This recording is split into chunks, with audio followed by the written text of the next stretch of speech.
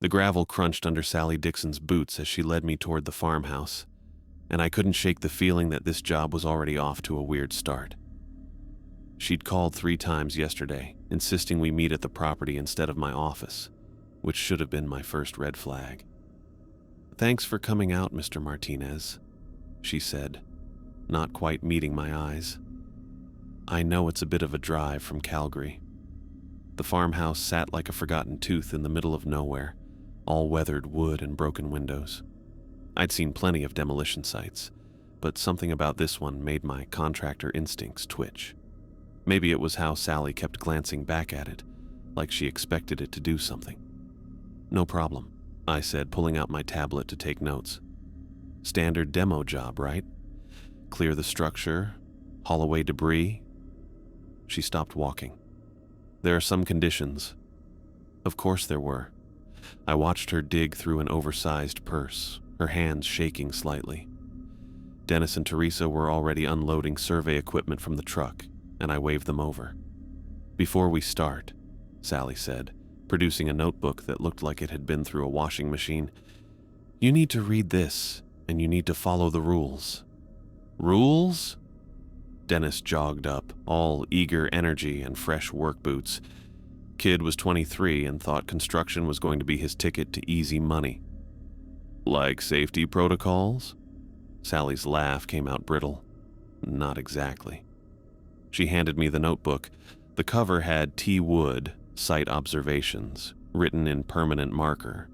Inside, someone had documented dates, times, and increasingly bizarre incidents in cramped handwriting. "Tucker Wood was the previous foreman," Sally explained while I flipped through pages. "He worked here 3 months ago." The first entry seemed normal enough. Measurements, material estimates, standard stuff. But by the 3rd page, Tucker was writing about sounds from the basement at specific times. By the 10th, he was documenting something about a woman in a red dress who appeared near the tree line.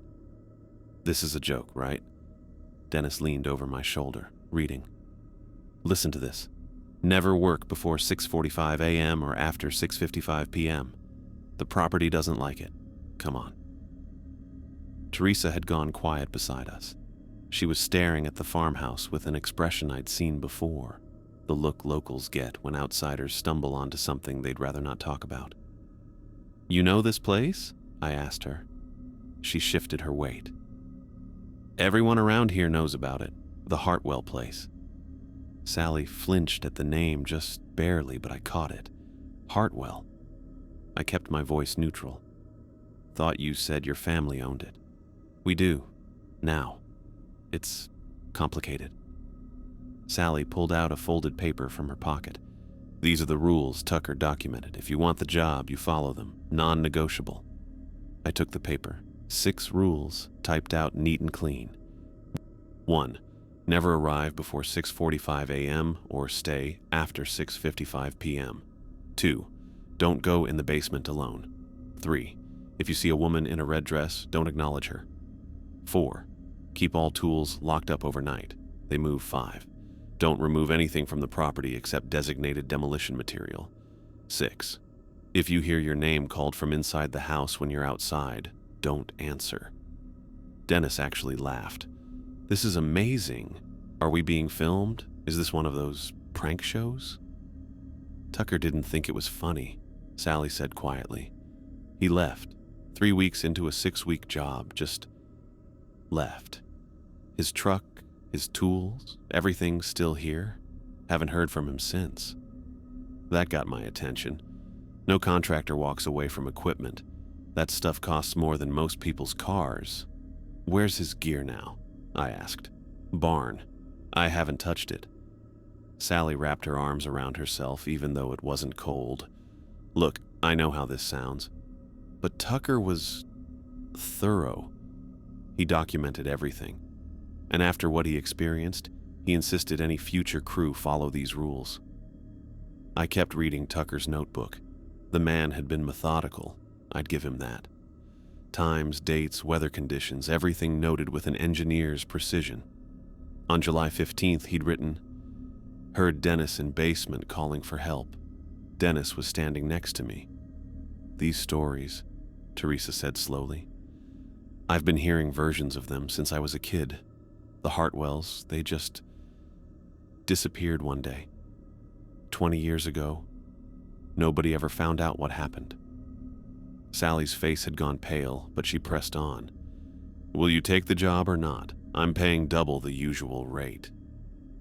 Double rate. That got everyone's attention, even Teresa's.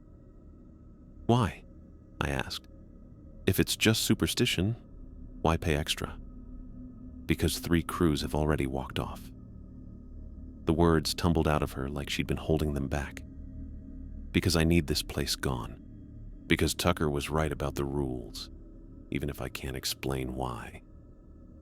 Dennis picked up the notebook, flipping through it with the kind of skepticism only young guys who think they're invincible can manage. So this Tucker guy, he just believed all this? Grown man, scared of ghosts?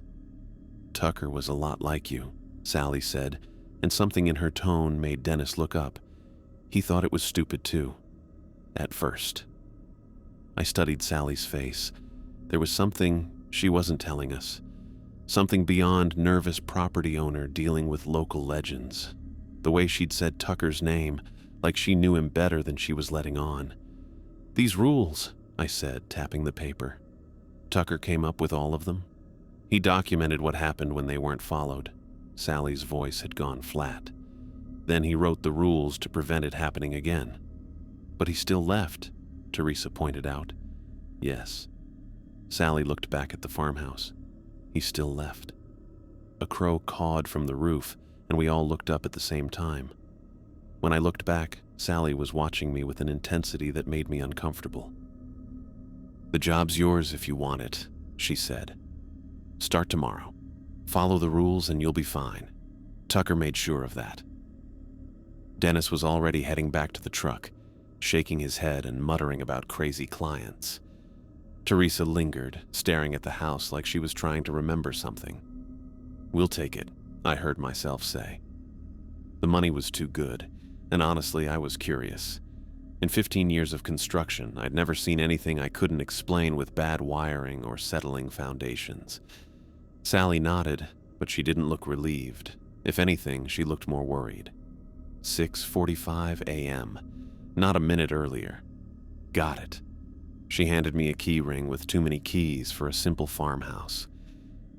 Tucker's notes should tell you everything you need to know.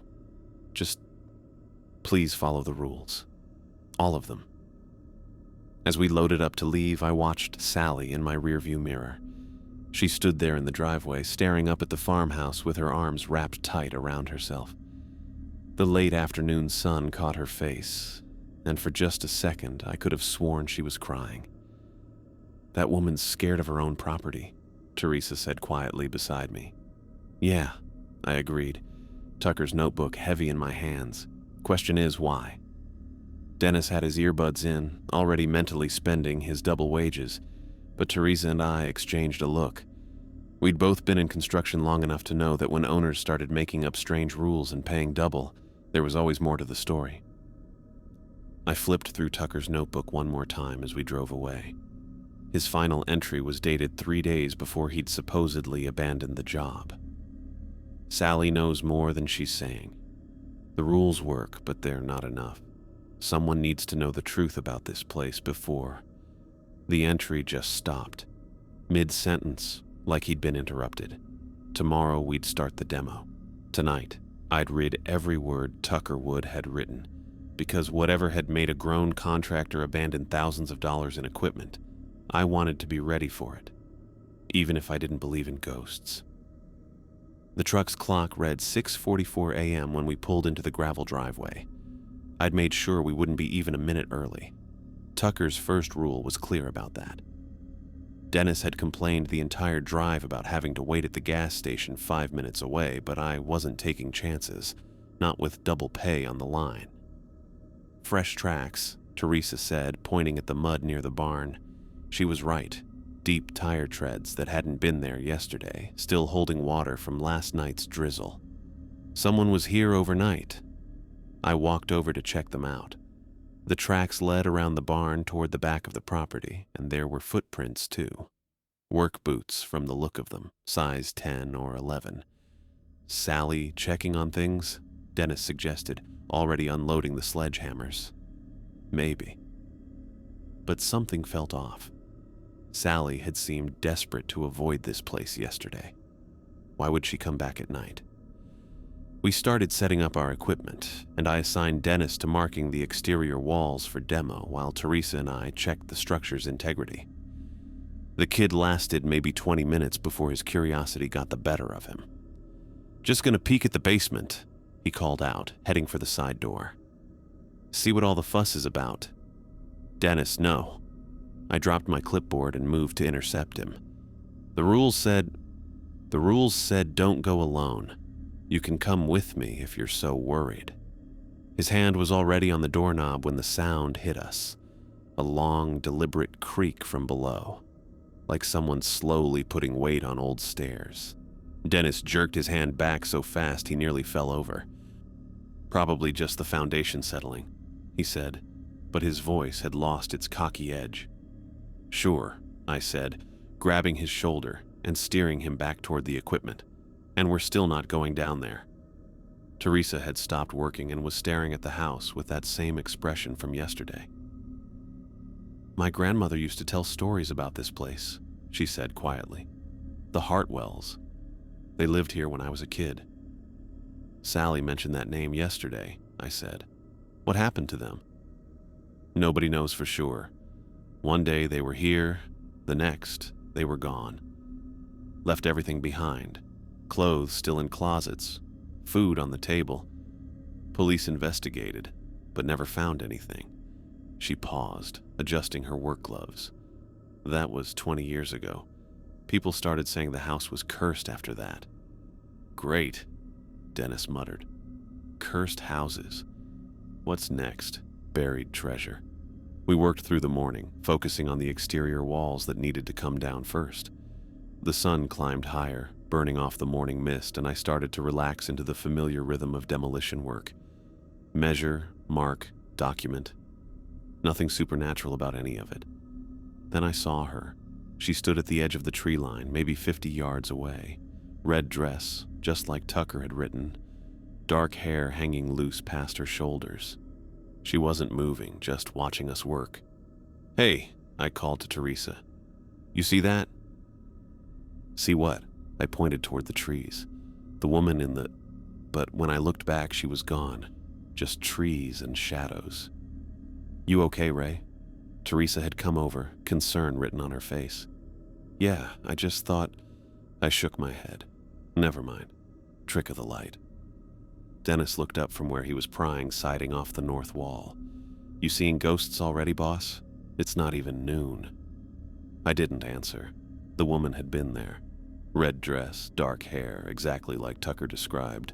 But the others hadn't seen anything, and I wasn't about to sound like I was buying into this supernatural nonsense. We worked steadily through the afternoon, making good progress on the exterior demo. Dennis had settled into the job, though he kept glancing at the basement door every time he passed it. Teresa worked with her usual efficiency, but I caught her checking her watch more frequently as evening approached. At 6:50 p.m., I called it. "All right, pack it up." "We've got 5 more minutes," Dennis protested. "I can get this whole section finished." "Rule says we stop by 6:55. We're stopping now." I started loading tools into the truck. Takes time to pack everything properly. Dennis rolled his eyes but started helping. We'd just finished securing the last of the equipment when Sally's sedan pulled into the driveway. She got out quickly, like she was in a hurry, carrying a ring of keys that jangled with each step. "How'd it go?" she asked, but she wasn't really looking at us. Her attention was on the house, scanning the areas we'd worked on. "Fine," I said. "Made good progress on the north wall." She walked over to examine our work, running her hand along the exposed foundation. "You'll want to be careful here," she said, pointing to a section we hadn't touched yet. "The foundation's weakest at this joint. Original builders cut corners." Dennis had been coiling extension cords, but he stopped. "How do you know that?" Sally's hand froze on the wall. "What?" "The foundation weakness. That's not something you'd know unless you'd seen the original blueprints or... He trailed off, but his implication was clear. I had a structural survey done, Sally said quickly, too quickly. Before hiring crews, due diligence. Right, Dennis said. And that survey told you about construction methods from, what, the 1950s? Sally's face flushed. I need to go. She turned back toward her car, keys rattling in her grip. You're following the rules? Every one of them, I assured her. She nodded, already walking away. Good, that's good. Sally? I called after her. How well did you actually know Tucker? She stopped, but didn't turn around. I told you. He was the previous foreman. That's not what I asked. For a long moment, she stood there, shoulders tense. Then she got in her car and drove off without another word. That was weird, Dennis said. Everything about this job is weird, Teresa added. You really see someone earlier, Ray? I thought about lying, but these were my crew. Yeah, woman in a red dress, just like Tucker's notes described. Could have been anyone, Dennis said, but he sounded less sure than usual. Hiker, maybe. In a dress? Out here? Teresa shook her head. Ray, there's something I should tell you. The Hartwells, the family that disappeared, they had a daughter. She'd be about Sally's age now. We all looked at each other, the same thought forming. That night, I sat in my motel room with my laptop, searching for everything I could find about the Hartwell disappearance. Local newspaper archives, police reports that had been made public, anything. It took 2 hours of digging through old records and genealogy sites before I found it. A marriage announcement from 8 years ago. Sally Dixon marrying Gregory James. But there was her maiden name, clear as day in the small print. Sally Hartwell. She hadn't inherited this property from some distant relative. This was her childhood home, the house where her family had vanished 20 years ago, leaving behind everything they owned. And now she was desperate to tear it down, paying double rates and insisting we follow Tucker's strange rules. Rules that Tucker had documented after experiencing things that made him abandon his equipment and run. I picked up Tucker's notebook again, reading through his entries with fresh eyes. He'd known something was wrong. His final entry, cut off mid-sentence, suggested Sally was hiding something. Now I knew at least part of what that was. Tomorrow, I'd have to decide what to do with this information. Confront Sally? Keep digging? Walk away from the job entirely? I looked at the clock. 11:47 p.m. Still plenty of night left, but I already knew I wouldn't be sleeping much. Because if Sally Hartwell had grown up in that house, if her family had vanished from it 20 years ago, then she knew exactly what we were dealing with, and she'd hired us anyway. The morning air had that sharp October bite when I pulled Sally aside near the barn. She'd shown up early again, watching us unload equipment with that same nervous energy from yesterday. We need to talk about the Hartwells, I said. Her coffee cup slipped from her hand, shattering on the gravel. Brown liquid spread between the stones like blood. How did you... She stopped herself, bending to pick up ceramic shards with shaking fingers. Your maiden name's in the marriage records. This was your family's house. She stayed crouched there for a long moment, and when she finally stood, tears were already running down her face. My grandparents. This was their place. Dennis and Teresa had stopped working, drawn by the sound of breaking ceramic. I waved them over. No point keeping secrets from the crew now. 20 years, Sally said, wiping her face with her sleeve. 20 years I've been trying to tear this place down. You're the 4th crew I've hired. The others all quit? Teresa asked. Every single one. They'd last a few days, maybe a week. Then something would happen and they'd leave. Sally's voice cracked. Tucker made it the longest, 3 weeks. I thought maybe he'd actually finish the job, but then he disappeared, I finished. She nodded, fresh tears starting. The things Tucker wrote about, the rules, it's all real. I know how it sounds, but I swear it's real.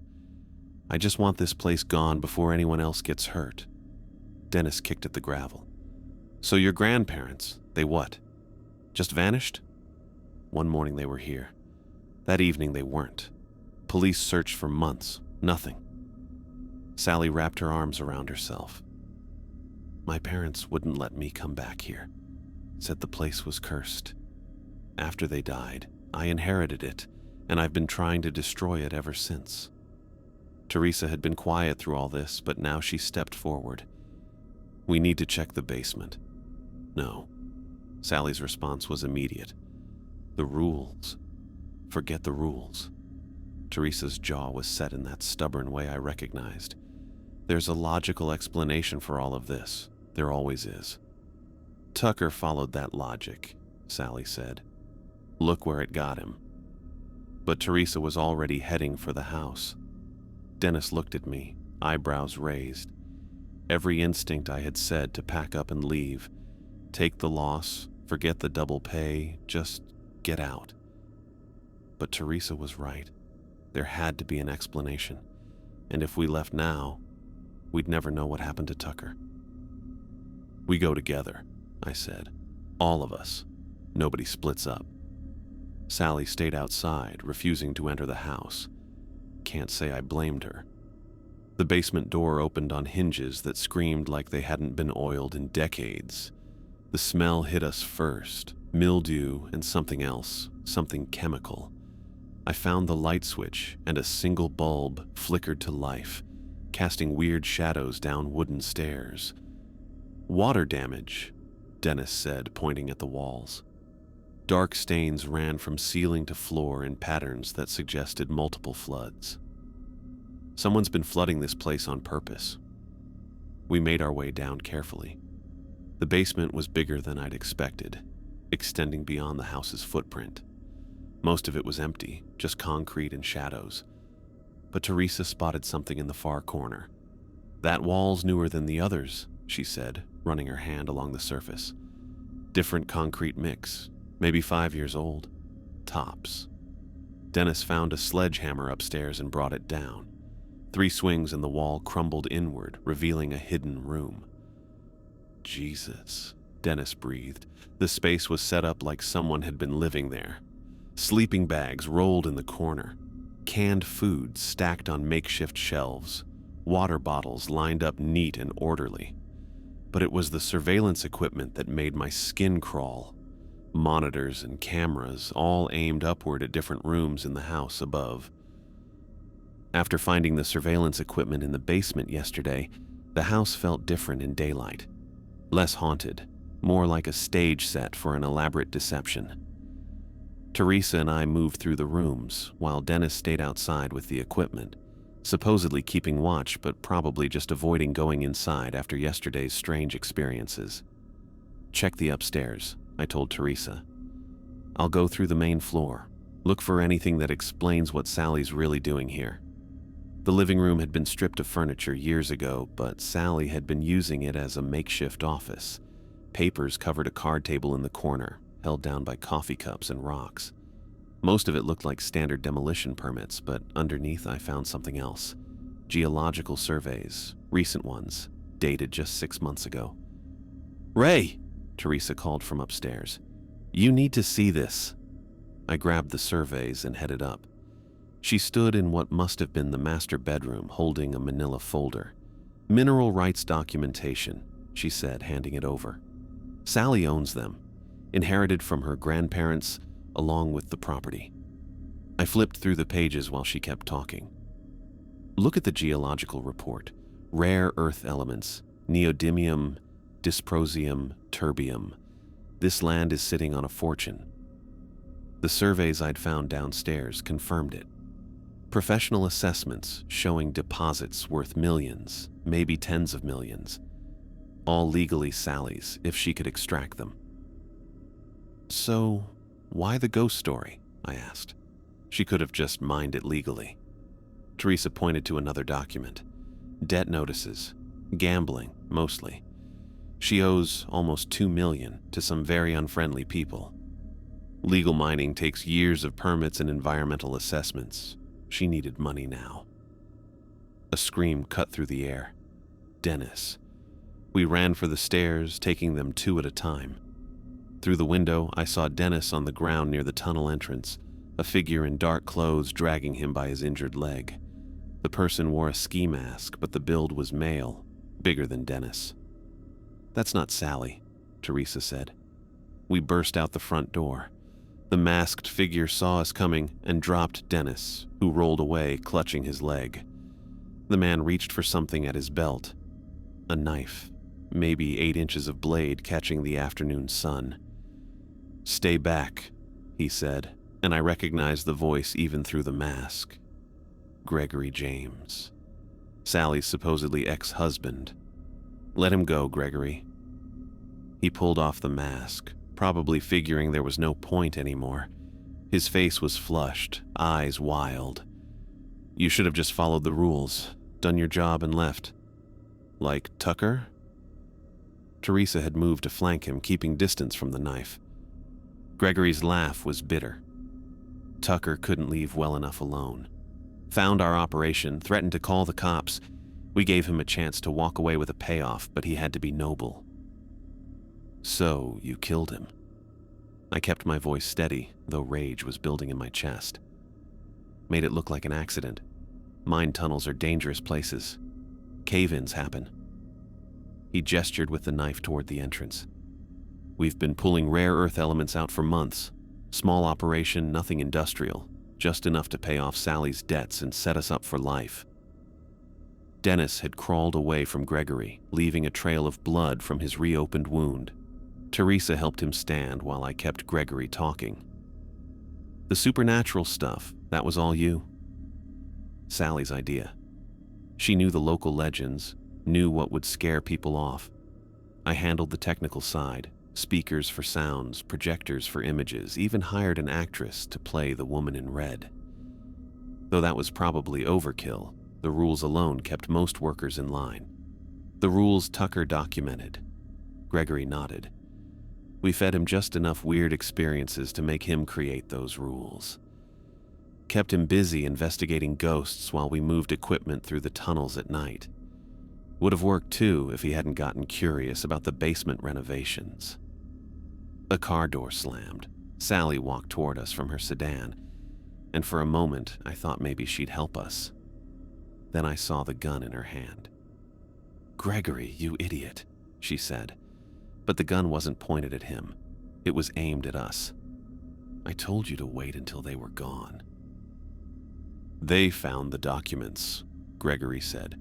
"They know everything." Sally's face went cold. "Then we clean this up, make it look like another accident, cave-in during unauthorized exploration." "Sally, please," I started, but she cut me off. "You think I wanted this? Any of it? Those debts aren't just numbers on paper. The people I owe will kill me. Slowly." Her voice cracked. "Tucker forced our hand, and now you're forcing it again." Gregory moved toward us with the knife, and that's when Sally did something I didn't expect. She shot him. The sound echoed off the barn, sending birds scattering from the trees. Gregory looked down at the spreading red stain on his shirt, then at Sally, confusion and betrayal mixing on his face before he collapsed. "Never really divorced him," Sally said, voice eerily calm. "Easier to inherit everything as his widow. The mining rights, the equipment, all of it." She kept the gun trained on us while Gregory gasped and twitched on the ground. Within seconds, he was still. "You were planning this all along," Teresa said. "Planning to frame him for Tucker's murder?" "Yes." "Planning to kill him in front of witnesses?" Sally shook her head. "That's your fault for digging too deep. Now I need a new story. Heroic contractor crew stops dangerous criminal, but not before he kills again. You'll be heroes. Dead ones, but still." Dennis, despite his injury, had been inching toward the equipment truck. Sally noticed and swung the gun toward him. "Don't even think about it." You can't kill all of us, I said, trying to draw her attention back. Someone will get away. Maybe. But I'm a grieving widow who discovered her ex-husband's terrible crimes. Who's going to believe whoever survives over me? The gun moved between us, Sally calculating her options. Behind her, I saw something that made my heart race. Movement in the tunnel entrance. Just shadows shifting, but it meant the passages went somewhere. If we could get past her, maybe we had a chance.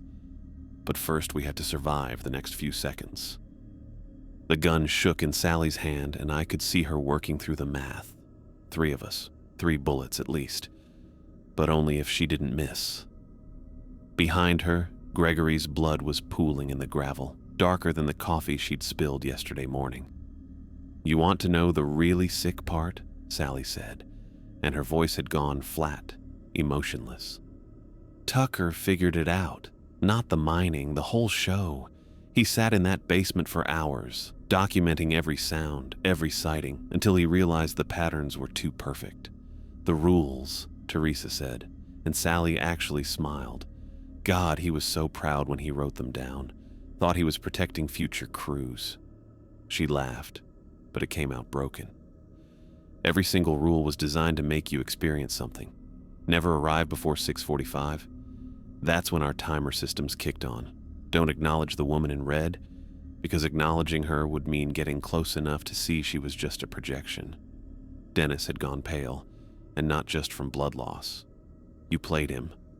Like a violin, the more he investigated, the deeper we pulled him in. He'd document something weird, we'd adjust, make it weirder. He thought he was solving a mystery, but he was just following breadcrumbs we dropped. Sally's eyes went hard. Right into those tunnels where Gregory was waiting. I saw Teresa shift slightly, and I knew what she was thinking. The barn was maybe 20 feet behind Sally. If we could get her to turn, even for a second. The really stupid thing, I said, pulling Sally's attention to me. You could have done this legally. Those geological surveys in your office, the ones showing rare earth deposits worth millions. All you had to do was file the right paperwork. Sally's laugh was sharp. File paperwork? Wait 2 years for environmental assessments? 3 more for permits? The gun swung toward me. You don't understand. The people I owe money to, they don't accept payment plans. They wanted their $2 million 6 months ago. So you killed Tucker for a timeline? Teresa's voice was pure disgust. I killed Tucker because he was going to the police. Sally snapped, then caught herself. No, that's not right. Gregory killed Tucker. I just helped with the cover-up. Behind Sally, I saw Teresa's hand moving slowly toward the equipment truck. She was going for something, but I couldn't tell what. How much did you practice? I asked, keeping Sally focused on me. The crying yesterday, the shaking hands when you talked about Tucker. Was any of it real? The fear was real. Sally's voice dropped. You have no idea what these creditors do to people who can't pay. Gregory showed me pictures once of another gambler who'd missed too many payments. They sent him back to his family in pieces. Literally. Dennis made a sound. Pain or disgust, I couldn't tell. He'd managed to prop himself against the truck's tire, and I saw him fumbling with something in his pocket. His phone. But the mining was working, Teresa said, and now she was definitely reaching for something in the truck bed. You were pulling material out, making money. Not fast enough. Never fast enough. Sally's composure was cracking. Every week they added interest. Every delay meant more threats. Gregory said we just needed one big score, enough to pay them off and disappear. I saw what Teresa was reaching for, the portable generator we used for power tools. If she could get it started, the noise might distract Sally long enough for us to move. Where were you planning to go? I asked. After you paid off the debts? Somewhere without extradition treaties. Gregory had it all planned. She glanced at his body, and for just a second, I saw something like regret. He always had a plan. The generator roared to life. Sally spun toward the sound, and I lunged. My shoulder caught her in the ribs, sending us both sprawling. The gun went off, the sound impossibly loud, but the bullet went wide, sparking off the gravel. We hit the ground hard, Sally underneath me, still fighting for the gun. She was stronger than she looked, desperate, clawing at my face with her free hand. I grabbed her wrist, slamming it against the ground until her fingers opened, and the gun skittered away. "Dennis, now!" Teresa shouted. I heard the electronic chirp of a phone connecting. Then Dennis's voice, strained but clear. 911? We need police at the old Hartwell farmhouse. Someone's been shot. Sally went limp beneath me, all the fight draining out at once. "You don't understand," she whispered. "They'll find me. Even in prison, they'll find me." I rolled off her, keeping myself between her and the gun. Teresa had grabbed it, holding it like it might explode. "Maybe," I said.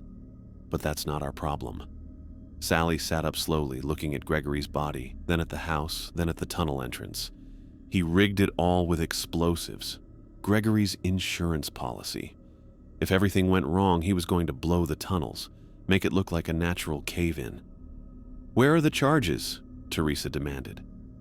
Sally reached into her pocket, and we all tensed, but she just pulled out a small remote, red button under a plastic safety cover. "Every support beam in the main tunnel. He showed me last night, said it was our nuclear option." "Give it to me," I said. She looked at the remote, then at the house where she'd grown up, where her grandparents had vanished, where she'd killed her husband. 20 years I've wanted this place gone. "Sally, don't..." She flipped the safety cover. The first explosion was muffled, deep underground. Then another and another, like giant footsteps walking through the earth. The ground shook, and I heard wood splintering, glass shattering. The farmhouse tilted, its foundation giving way as the tunnels beneath collapsed. The north wall went first, folding inward. Then the rest followed like a house of cards. Dust billowed up, and through it I could see flames. Something in the tunnels had caught fire. "Tucker's down there," Sally said quietly. "Gregory put him in a side tunnel, sealed it up. At least now someone will find him." Sirens in the distance, getting closer. Dennis had managed to stand, leaning heavily on the truck. My phone worked. The jammer must have died when the generator kicked on. Teresa still held the gun, pointed vaguely at Sally, who sat in the gravel watching her childhood home burn. The flames had spread to what was left of the structure, sending black smoke into the October sky. "Why?" I asked her. "Why not just run? Take what you'd mind and disappear." With 2 million in debt, they would have found me. They always find runners. She looked at me, and for the first time I saw the real Sally. Not the crying client, not the desperate killer, just a woman who'd made a series of increasingly bad choices. At least this way Tucker's family gets answers. That's something, right? The first police car skidded into the driveway, lights flashing. 2 officers got out, hands on their weapons, taking in the scene. Gregory's body, the gun in Teresa's hand, the burning house. "Drop the weapon," one shouted. Teresa set it down carefully, and we all raised our hands except Dennis, who couldn't lift his arms that high. "She killed him," I said, pointing at Sally. "She killed Gregory James. There's another body in the collapsed tunnels, Tucker Wood. She confessed to everything." Sally didn't deny it. She stood slowly, hands visible, and walked toward the officers. "The man on the ground is my husband. I shot him. There's a body in the mine tunnels. Tucker Wood. I helped cover up his murder." They cuffed her, and she didn't resist. As they led her to the patrol car, she looked back at us. "The rules worked, you know. If you'd just followed them, none of this would have happened." "If we'd followed them," I said, "Tucker would still be rotting in that tunnel." She had nothing to say to that. More sirens now, fire trucks, ambulances, additional police. Someone wrapped Dennis's leg properly while Teresa and I gave our statements. The detective who showed up, a tired-looking woman named Chen, took detailed notes about everything: the supernatural con, the mining operation, Tucker's murder, Gregory's death. "You're lucky," she said when we finished. If she'd been a better shot, or if those explosives had gone off while you were closer. Yeah, I said, watching firefighters spray water on what was left of the house. Lucky. It took 3 days to recover Tucker's body from the collapsed tunnels. His family came up from Saskatchewan to claim him, and his girlfriend, Jennifer, the teacher Sally had mentioned, was 6 months pregnant. She thanked us for finding him, for giving her closure, but her eyes were empty. The investigation turned up everything: the illegal mining operation, the elaborate setup for the supernatural effects, the gambling debts Sally owed to what turned out to be a Vancouver crime syndicate. She was charged with murder, conspiracy, illegal mining, and about a dozen other things. Life in prison, most likely. The Hartwell property was seized by the government. Last I heard, they were planning to fill in the tunnels completely, then sell the land. Maybe build houses there, once everyone forgets what happened. Dennis's leg healed up fine. He still works construction, but he doesn't laugh at safety rules anymore. Teresa started her own contracting business, specializing in historical properties. She's good at it, knows how to spot when something's not quite right. Me? I still take demolition jobs, but I'm pickier now. Any client who seems too eager, too desperate, too willing to pay double, I walk away. Some money isn't worth earning. The thing that stays with me, though, isn't the gun or the explosions or even finding Tucker's notebook. It's something Sally said during her confession to the police, something I didn't include in my official statement. The house was already haunted, she'd said. Not by ghosts, but by what happened there. My grandparents didn't disappear. My grandfather killed my grandmother, then himself. My parents covered it up, said they'd vanished to protect the family name. I grew up knowing the truth, carrying it. The real haunting was never supernatural. It was the weight of all those lies. She was right about one thing. Some places are haunted, not by spirits or demons, but by the choices people make, the secrets they keep, the lies they tell themselves to survive. The Hartwell farmhouse had been haunted long before Sally started her con, haunted by greed and violence and the terrible things people do when they're desperate. But that's the thing about demolition. Sometimes the only way to stop a haunting is to tear the whole thing down and start over. The farmhouse is gone now, reduced to ash and rubble. The tunnels are collapsed, sealed forever. Tucker's been laid to rest. The only ghosts left are the ones we carry with us. The memory of Sally's tears that first day, not knowing which ones were real. The sound of Gregory's last breath. The look in Tucker's girlfriend's eyes when she thanked us for finding him. Those ghosts don't follow rules. They show up whenever they want, usually when I'm trying to sleep, reminding me that the most dangerous things on a job site aren't the ones you can see coming. They're the secrets people hide, the desperation that drives them, the lies they tell so well they almost believe them themselves. But I keep working, keep tearing down old buildings and clearing ground for new ones, because that's what we do. We clear away the haunted places and make room for something better, even if we know that sometimes the real haunting is in the people, not the place. Even if we know that some ghosts can't be demolished, we keep working anyway.